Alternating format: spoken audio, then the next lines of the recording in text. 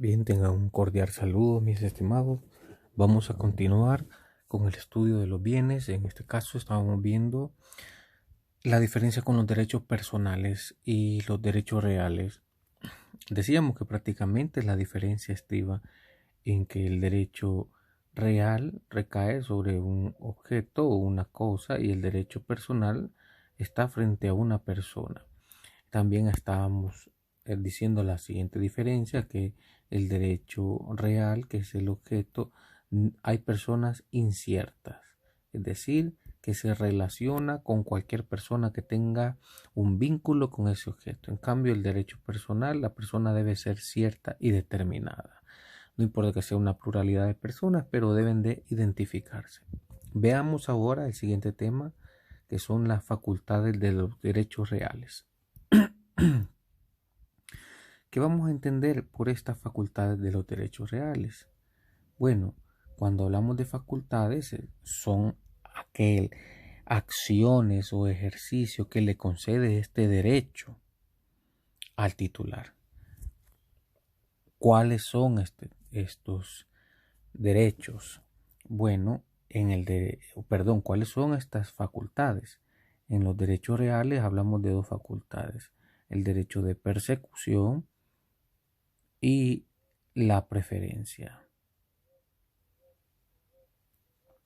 Persecución y preferencia son las facultades de los derechos reales.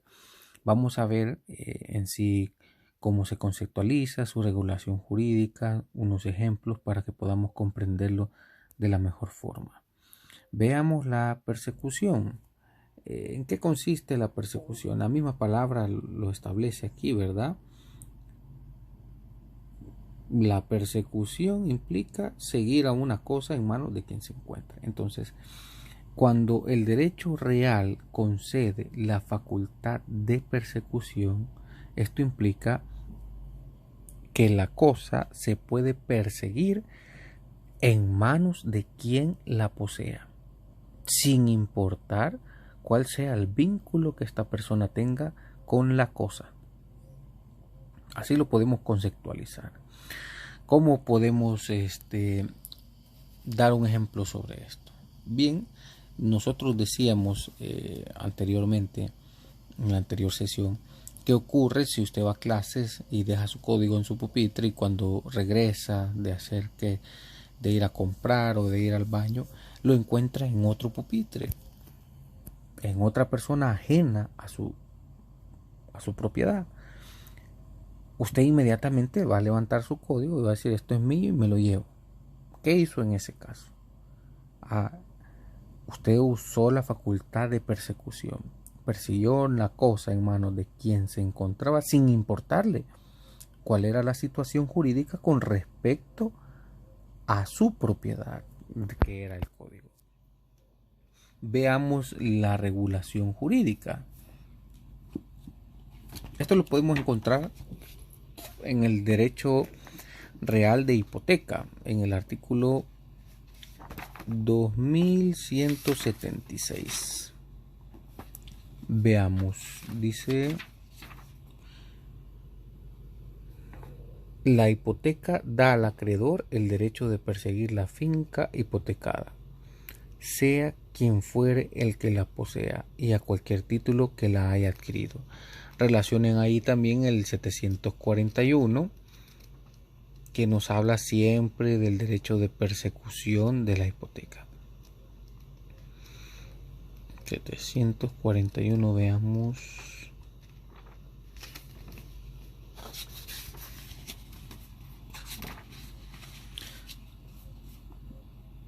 Dice: la hipoteca da al acreedor el derecho de perseguir la finca hipotecada, sea quien fuere el que la posea, y a cualquier título que la haya adquirido, conforme a lo dispuesto en el artículo 2176. Aquí está hablando de los efectos de la inscripción. Ahora, ¿cómo vamos a explicar este ejemplo cuando hablamos de la persecución? Bueno, muy fácil. Tenemos aquí a A, quien otorga una hipoteca a favor de B,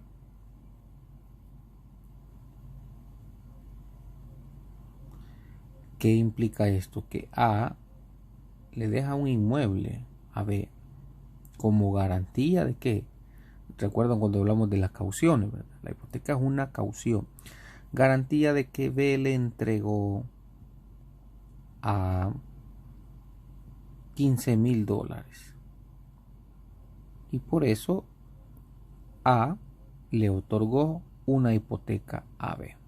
Bien, la ley permite que inclusive estando en hipoteca el inmueble, A pueda venderlo porque es el titular. No hay una restricción para vender el inmueble, tal como lo regula la ley. Ahora, ¿qué ocurre si A vende ese inmueble a C? Un inmueble hipotecado y lo vende hipotecado. ¿Es válida la venta? Sí, es válida la venta. No hay objeto ilícito.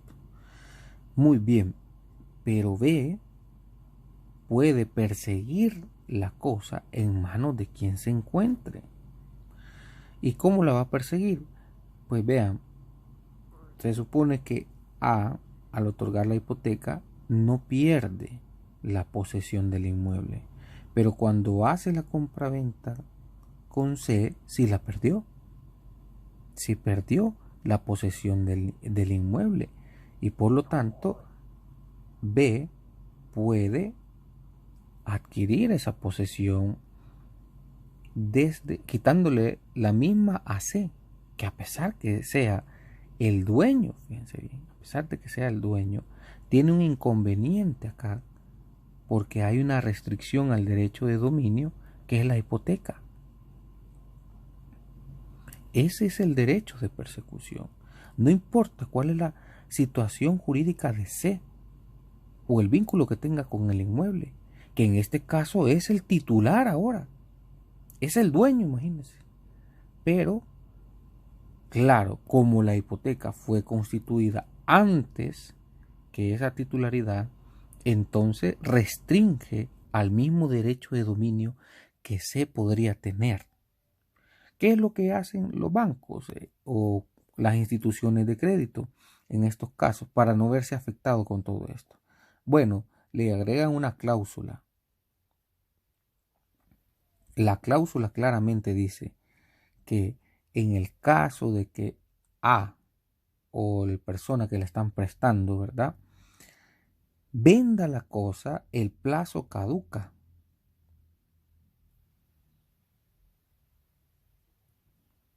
¿Y qué significa que el plazo caduca?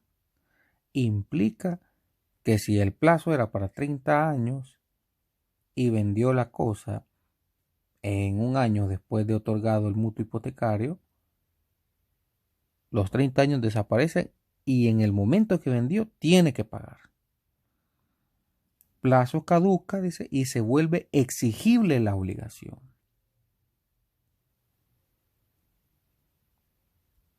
Es decir, que tiene que pagar. Si ya vendió, entonces pague inmediatamente. Si no, pues le embargan el inmueble y se lo quitan, ¿verdad? Ese es el derecho de persecución en la hipoteca.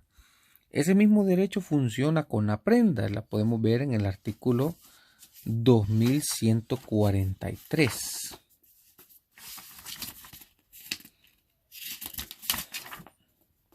Cuando dice, si el acreedor pierde la tenencia de la prenda, tendrá acción para recobrarla contra toda persona en cuyo poder se halle sin exceptuar al deudor que la ha constituido.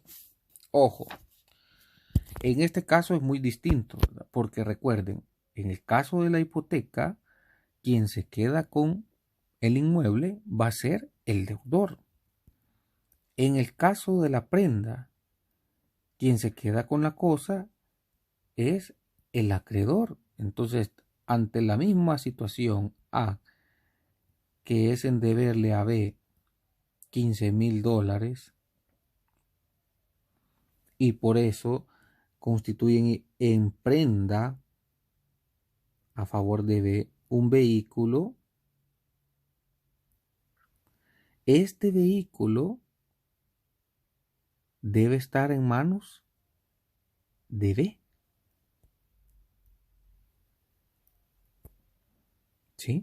El vehículo está en manos de B, es decir, del acreedor.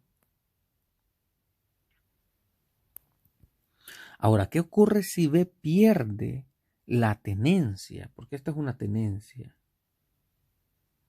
del vehículo. Bueno, B puede ejercitar el derecho de persecución, que está hablando del artículo 2143. ¿Qué significa? Ir a perseguir la cosa en manos de quien se encuentre, porque él tiene que ser el legítimo tenedor de la cosa. Muy bien, así se explica el derecho de persecución. Ahora, ¿cómo se va a aplicar el derecho de persecución? Pues va a depender de cada derecho real.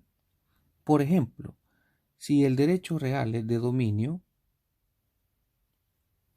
entonces la persecución la voy a ejercitar o aplicar a través de la acción reivindicatoria del artículo 981, porque he perdido la posesión, he perdido la cosa en manos de un tercero que tiene en posesión la cosa. Entonces vengo yo como titular del dueño de esa cosa y ejercito la reivindicación. Ahí estoy persiguiendo la cosa. Ahora, en consideración a la hipoteca, supongamos en cuanto a la hipoteca, si se vende a otra persona, lo que se hace es seguir un juicio ejecutivo. ¿Para qué? Con la finalidad de embargar la cosa, el inmueble, por supuesto, en este caso, y que se pague lo que se le debe, ¿verdad? Igual forma la prenda, pero esto en el caso de que el deudor venda la cosa, también, que venda la cosa. Ahora bien, en el caso del usufructo, también se origina a través de la reivindicación. En el caso de la herencia, aquí procede una acción especial que se llama petición de herencia.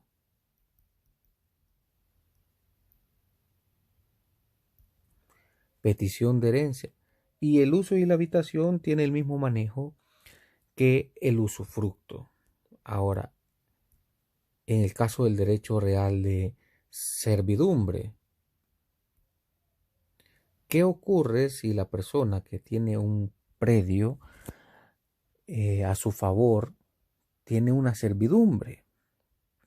Perdón, la persona que es dueña de un inmueble tiene una servidumbre, es favorecida con una servidumbre. Y llega un nuevo dueño y dice, no, yo no le voy a dar la servidumbre y le cierra la servidumbre. Entonces acá se habla de la acción de restablecimiento de servidumbre del 844 del Código Civil, por supuesto, en relación al 831, en donde el nuevo dueño o cualquier otra persona no puede limitar el derecho de servidumbre. Entonces, ¿cuál es la acción que le nace? La de persecución, pero a través del restablecimiento de servidumbre. Así se denomina la acción. Muy bien. Veamos ahora lo que es el derecho de preferencia. ¿En qué consiste la preferencia? Bien, la misma palabra lo dice. La preferencia implica que de varias personas se va a preferir a una persona en vez de a otra. Ahora, ¿cómo se aplica esto? Esto de la preferencia. Bueno, en el caso de la hipoteca, ahí podemos ver la aplicación clara. Esto de conformidad al artículo 2217 en los derechos reales. En la hipoteca, en el artículo 2217, dice, las causas de preferencia son solamente el privilegio y la hipoteca. El privilegio y la hipoteca. Estos dos son distintos. Así que les va a quedar de tarea investigar cuál es la diferencia entre el privilegio y la hipoteca. Muy bien, entonces estamos hablando de la preferencia.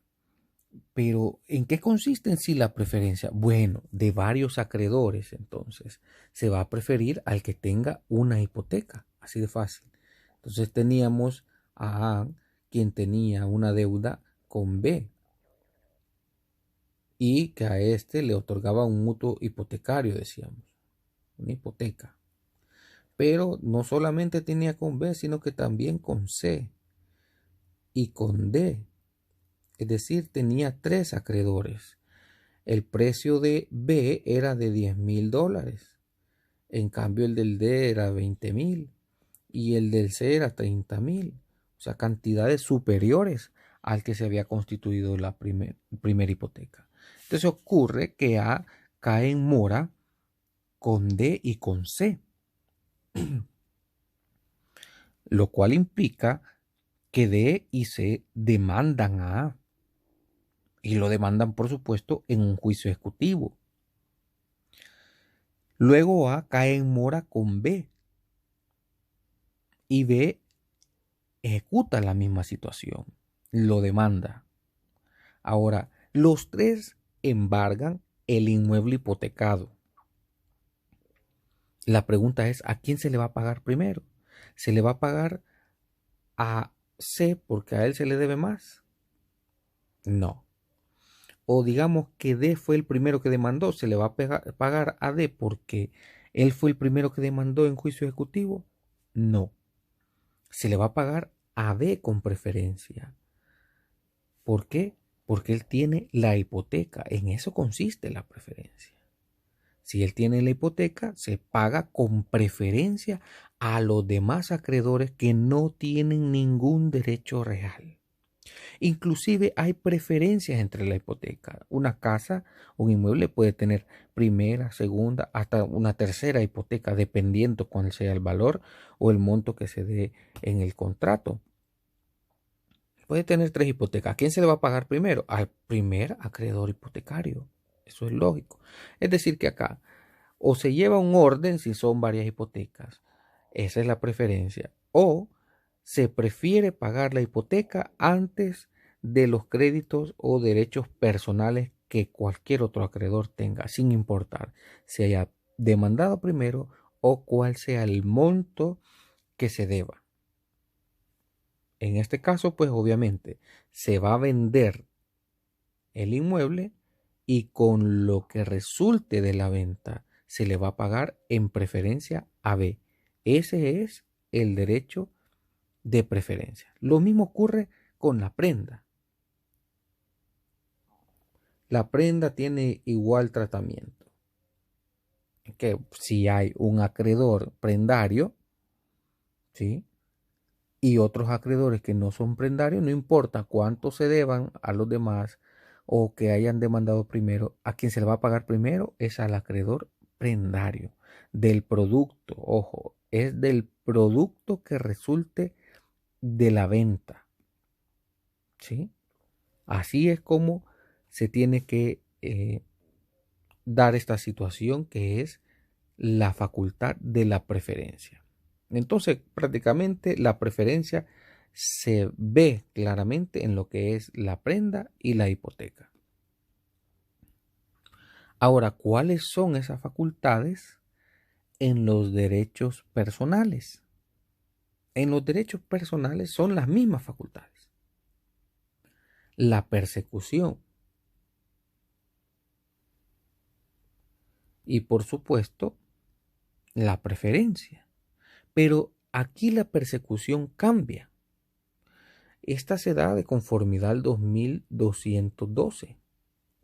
Recuerden que la persecución en los derechos reales significa perseguir la cosa. Pero como aquí no hay cosa, porque es un derecho personal, entonces, ¿qué es lo que se va a perseguir?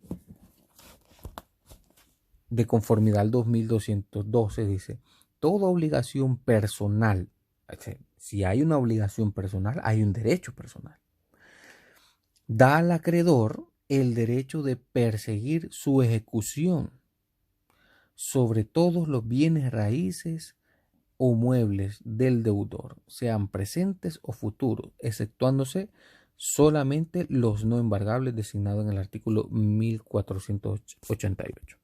Bien, aquí habla de la ejecución. El término persecución es sinónimo de ejecución, pero ejecución ¿sobre qué? Sobre, dice, bienes. Por supuesto, bienes muebles o inmuebles que sean propiedad del deudor. Y ojo, añade las de expresiones presentes o futuros, inclusive presentes o futuros. Es decir, que si al momento de otorgar el crédito no tenía un bien mueble o un bien inmueble y posteriormente cuando cae en mora lo tenía, ese bien va a responder por la obligación. A esto, fíjense bien, la doctrina lo denomina como el derecho general de prenda o la prenda general, como a ustedes le parezca. ¿En qué consiste? Que el deudor, pongamos a aquí siempre y a B, el deudor por estos $15,000 que B le entregó, va a responder de esos $15,000 con todo su patrimonio, su capacidad económica. Pregúntese usted, si usted es capaz de entregarle $1,000 a alguien sin saber cuál es su capacidad económica, creo que nadie lo haría. Porque lo primero que uno piensa es cómo me va a responder. Y entonces usted comienza a hacer la operación. Bueno, esta persona tiene varios vehículos, se viste bien, tiene un buen trabajo, tiene una casa. Sí, sí. Si no me responde con los $1,000 de forma voluntaria, entonces yo le puedo embargar un vehículo, le puedo embargar el salario, puedo inclusive hasta embargarle la casa. ¿Sí? Ya cuando sería algo exagerado, pero inclusive puedo hacer eso. ¿Por qué? Porque él va a responder con todo el patrimonio. Y esa es la facultad que le concede el derecho personal.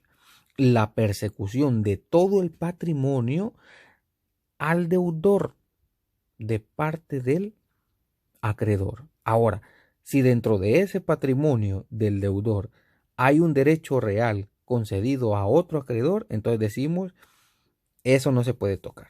No lo puede tocar porque el derecho de persecución y preferencia del derecho real es superior al del derecho personal. Ya lo habíamos hablado entonces. Entonces, supongamos que A cae en mora y ocurre que B lo demanda. ¿A dónde lo va a demandar? Si es un mutuo, por supuesto que lo va a demandar en un juicio ejecutivo. ¿Sí? Entonces, ¿con qué va a responder A? Va a responder con el vehículo, con su salario inclusive, o con el bien inmueble que tenía a su favor, pudiendo B embargar esos bienes. Y esa es la facultad de persecución que tiene el derecho personal. Ahora bien, esa facultad se puede utilizar a través de los mecanismos procesales siguientes, ¿verdad? Podemos iniciarlo, como estábamos hablando, de un juicio ejecutivo, cuando es una obligación dineraria y se cumplen todos los presupuestos del juicio ejecutivo. Pero si no se trata de esto, también se puede hacer un proceso común, declarativo, o dependiendo el monto, ¿verdad? Podemos ver si es abreviado. ¿Cuándo? Cuando es una acción de cumplimiento de contrato, cuando es una acción de resolución de contrato, inclusive cuando se va a fijar la liquidación de los daños y perjuicios o cuando se va a pedir unos daños y perjuicios. Ahí va a variar, por supuesto, la naturaleza del proceso, pero no siempre que ejercitemos el derecho personal vamos a hacer a través de un juicio ejecutivo. La segunda fase del juicio ejecutivo o el juicio de conocimiento, como se le establece, es la ejecución. ¿Sí? Ahora es la segunda etapa, un proceso de ejecución. Ahí es donde se ve claramente la persecución, porque ahí es donde se ejecutan los bienes. ¿Y qué significa que se ejecutan los bienes? Que se vendan en pública subasta o que se pasen a favor del acreedor. En eso consiste el derecho, la facultad de persecución en el derecho personal. Bueno, ahora, ¿cuál es la otra facultad? Decimos, la otra facultad es la preferencia. Ahora, la ley no establece ninguna prelación. Cuando habla en el artículo 2212, si ustedes ven el título, habla sobre la prelación de créditos. Pero por supuesto, no dice a quién vamos a preferir de varios acreedores, de un solo deudor. ¿Sí? Podríamos tener la teoría, bueno, a quien se le deba más. A quien se le deba más, entonces a ese vamos a preferir en pagarle. Otro, a quien demande primero. ¿Sí? O a quien llegue a un arreglo, ¿no? Pueden surgir varias hipótesis, pero la jurisprudencia se ha encargado diciendo, una jurisprudencia muy antigua, que el primero que embarga, ese tiene preferencia sobre los demás acreedores. Entonces, no importa la demanda, no importa el dinero, no importa inclusive el arreglo. Si ya demandó y traba el embargo sobre los bienes, ya sean muebles o inmuebles, del deudor, entonces esa persona tiene preferencia frente a los demás. Es decir, que a él primero le van a pagar y posteriormente le van a pagar a los demás acreedores. Ahora bien, ¿por qué es importante conocer estas facultades de los derechos reales y derechos personales? ¿Por qué es importante conocer la diferencia entre ellos? Muy bien, porque aquí hay un doble derecho. Un doble derecho.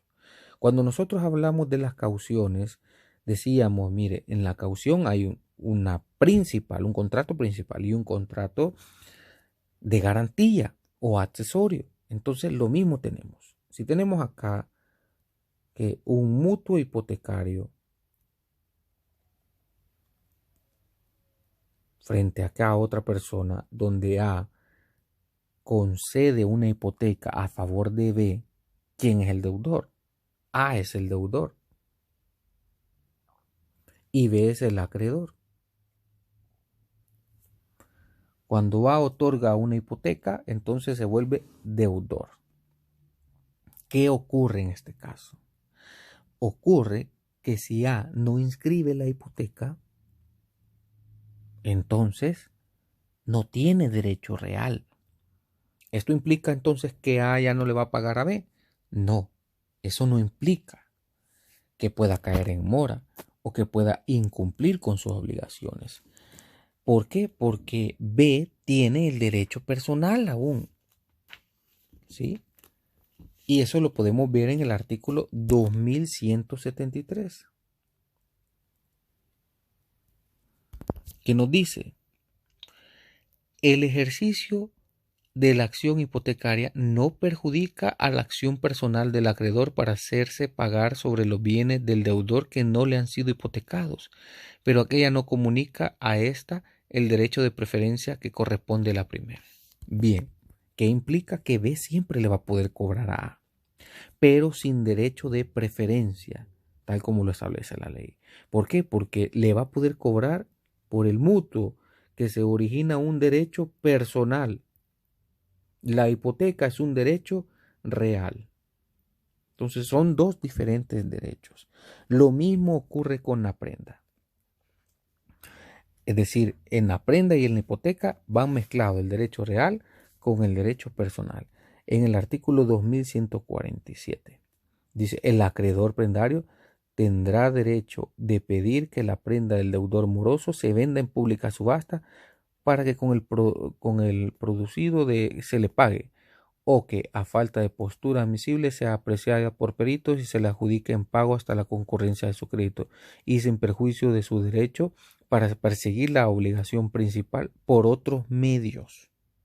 Ojo, cuando dice para perseguir la obligación principal por otros medios, entonces está hablando del derecho personal. En este caso, por ejemplo, la prenda no fue suficiente, ¿sí? Y se debían $15,000 y el carro que entregó lo evalúan en 10,000, quedó debiendo 5,000. ¿Esto qué implica? Implica que los otros 5,000 puede ejercer su derecho personal y ampliar el embargo y perseguir otros bienes que sean propiedad del deudor. Bueno, jóvenes, espero que les haya gustado la clase y sobre todo que hayan comprendido la misma. Cualquier duda o pregunta